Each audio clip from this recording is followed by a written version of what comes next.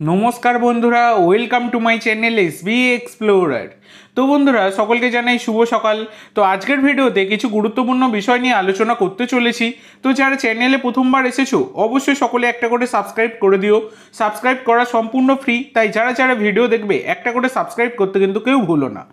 तो बंधुरा प्रथमे जो आपडेटटा तुम्हादेरके देव सेटा होच्छे तोमरा अनेकेई प्रश्न करछो जे दादा আপুইয়ার केसटा कि हलो, আপুইয়া कि आर आसबे ना, আপুইয়ার डिलटा कोथाय दाड़िये आछे।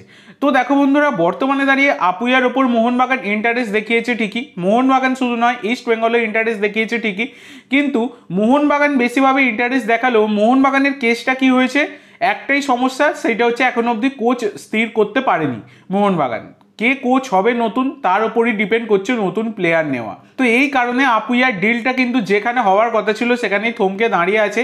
তবে আপুইয়াকে নিয়ে আসাটাও কিন্তু যথেষ্ট চাপের একটা ব্যাপার কিন্তু বর্তমানে বেশিভাবে দেখা যাচ্ছে, কারণ আপুইয়াকে মুম্বাই সিটি কখনোই কিন্তু ছাড়তে চাইছে না, এটাই হচ্ছে সবথেকে বড় ব্যাপার। তো আপুইয়াকে নিয়ে আসা কিন্তু একটা বড়ই চাপের বিষয়।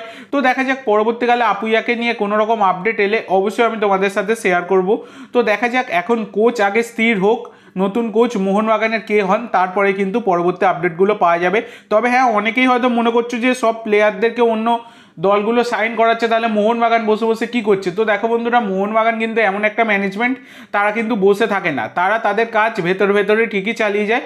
এবং সবথেকে বড় কথা হচ্ছে মোহনবাগানের টিমে তোমরা যদি দেখো পুরোই সেট টিম আছে, শুধু কিছু বিদেশি পরিবর্তন হবে আর কিছু ভারতীয় আসলেও আসতে পারে লাস্ট অবধি।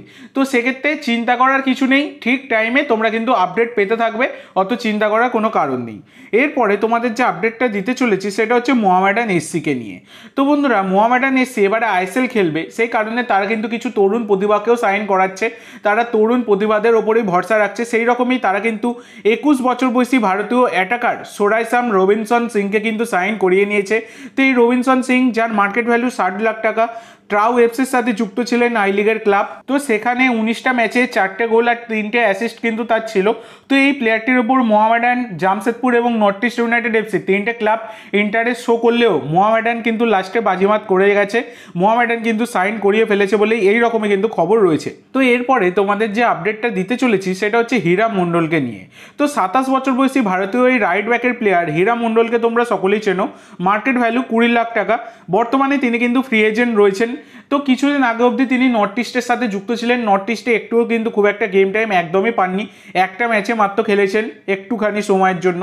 তো সেই হীরা মণ্ডল তিনি কিন্তু ইস্ট বেঙ্গল ছেড়ে দেওয়ার পর থেকে, মানে তিনি নিজে থেকেই ইস্ট বেঙ্গল ছেড়েছিলেন, তো তারপর থেকে তার কিন্তু টাইমটা একদমই ভালো যায়নি। তারপর বেঙ্গালুরুতে যান, বেঙ্গালুরু থেকে নিজেই দল ছাড়েন মাঝপথে, তারপর কিন্তু নর্থ ইস্টে যান, সেখানে গিয়েও তার কিন্তু খুব একটা লাভ হয়নি। তো এই বাঙালি লেফট ব্যাক হীরা মণ্ডল, তাকে কিন্তু নিতে চাইছে এবার পাঞ্জাব এফসি। তো পাঞ্জাব এফসি কিন্তু তার উপর ইন্টারেস্ট শো করছে এবং কথাবার্তা যেদিকে এগোচ্ছে সব কিছু ঠিকঠাক থাকলে কিন্তু সামনের সিজনে পাঞ্জাব এফসির জার্সি গায়ে খেলতে চলেছেন এই হীরা মণ্ডল। তো দেখা যাক পরবর্তীকালে কনফার্মেশন এলে তোমাদেরকে জানিয়ে দেবো। এরপরে তোমাদের ইস্ট বেঙ্গলের আপডেট দেবো, যেটা হচ্ছে জোড়া ইলিশ ইস্ট বেঙ্গলের পথে। কেন বলছি কথাটা তোমাদেরকে বলি। তো কিছুদিন আগেই তোমাদেরকে একটা ভিডিওতে জানিয়েছি 24 বছর বয়সী ভারতীয় রাইট ব্যাকের প্লেয়ার অ্যালেক্স সাজিকে নিতে চলেছে ইস্ট বেঙ্গল। একদমই অ্যাডভান্স স্টেজের কথাবার্তা চলছে, যখন তখন কিন্তু এই ডিলটা ডান হয়ে যাবে। তবে বন্ধুরা, শুধু অ্যালেক্স সাজি নয়, অ্যালান সাজি, অ্যালেক্স সাজির ভাই, তাকেও কিন্তু দলে নিতে চাইছে ইস্ট বেঙ্গল। তো 18 বছর বয়সী ভারতীয় এই অ্যাটাকার অ্যালান সাজি বর্তমানে রিলায়েন্স ফাউন্ডেশন ইয়ং চ্যাম্পসের সাথে বর্তমানে যুক্ত রয়েছেন। তো এই অ্যালান সাজি, অ্যালেক্স সাজির এই ভাই, তার সাথেও কিন্তু অ্যাডভান্স স্টেজের কথাবার্তা চালাচ্ছে ইস্ট বেঙ্গল, যখন তখন কিন্তু ডিল ডান হয়ে যাবে।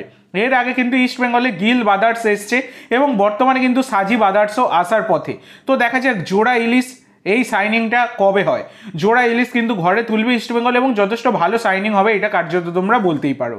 তো আজকের জন্য এইটুকু বন্ধুরা, ভিডিওটি ভালো লাগলে অবশ্যই লাইক করো, শেয়ার করো, আমার চ্যানেলে প্রথমবার এসে থাকলে চ্যানেলটি সাবস্ক্রাইব করো আর কমেন্ট করে জানাও ভিডিওটি কেমন লাগলো। ধন্যবাদ।